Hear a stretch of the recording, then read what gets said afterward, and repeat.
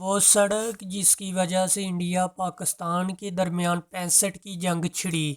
حکمت عملی کے اعتبار سے یہاں پاکستان بہت فائدے میں تھا، کیونکہ اس علاقے سے محض 26 میل کے فاصلے پر بھی ان کا ریلوے اسٹیشن بدین تھا۔ یہ تحریر ابتدائی طور پر 6 ستمبر 2015 کو شائع ہوئی تھی۔ ستمبر 1965 کی پاکستان انڈیا جنگ کے پس منظر میں سے ایک مرتبہ پھر شائع کیا جا رہا ہے۔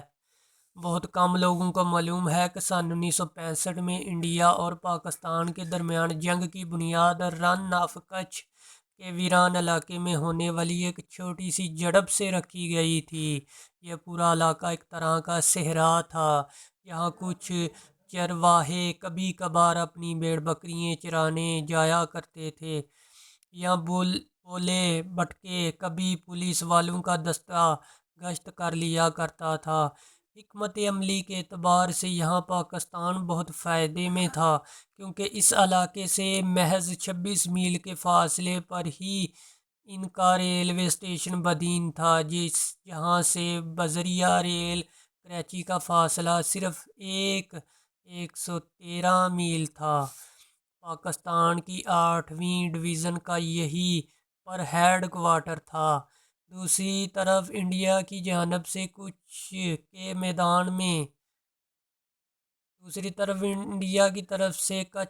میدان میں پہنچنے کے تمام راستے تقریباً ناقابل رسائی تھے۔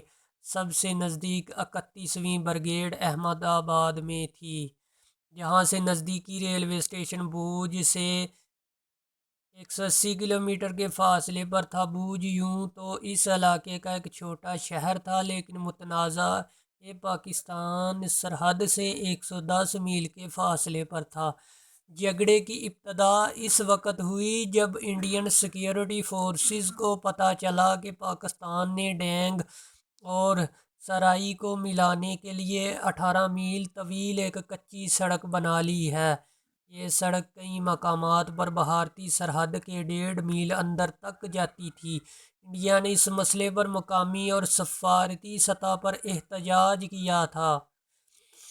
بھارت کو اس وقت شرمسار ہونا پڑا جب پاکستان نے ملکی اور غیر ملکی صحافیوں کو بلا کر بھارتی فوجیوں کے چھوڑے ہوئے ہتھیاروں اور گولہ بارود دکھائے۔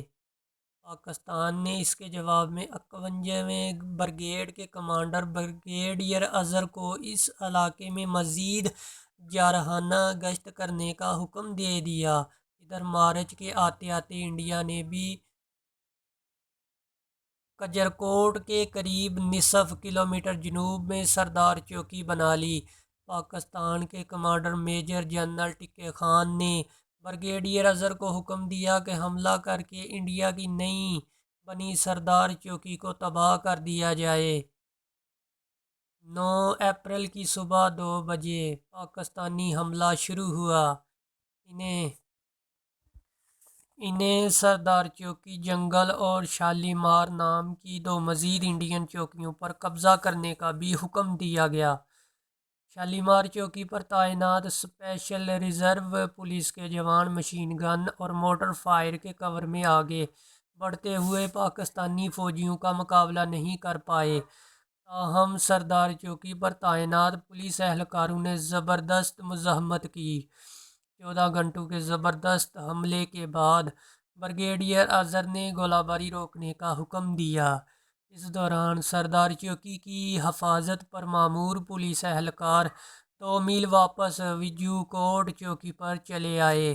پاکستانیوں کا اس کا پتہ نہیں چلا اور انہوں نے بھی اپنے فوجیوں کو واپس اسی جگہ پر واپس کرنے کا حکم دیا جہاں سے انہوں نے صبح حملہ شروع کیا تھا۔ 24 اپریل کو بریگیڈیئر افتخار جنجوعہ کی قیادت میں پاکستانی فوجیوں نے صحرا بیت پر قبضہ کر لیا۔ شام کو واپس آنے والے جوانوں کو احساس ہوا کہ سردار چوکی پر کوئی بھی پاکستانی فوجی نہیں ہے۔ انہوں نے شام ہوتے ہوتے بغیر لڑے دوبارہ اس چوکی پر قبضہ کر لیا۔ Be B C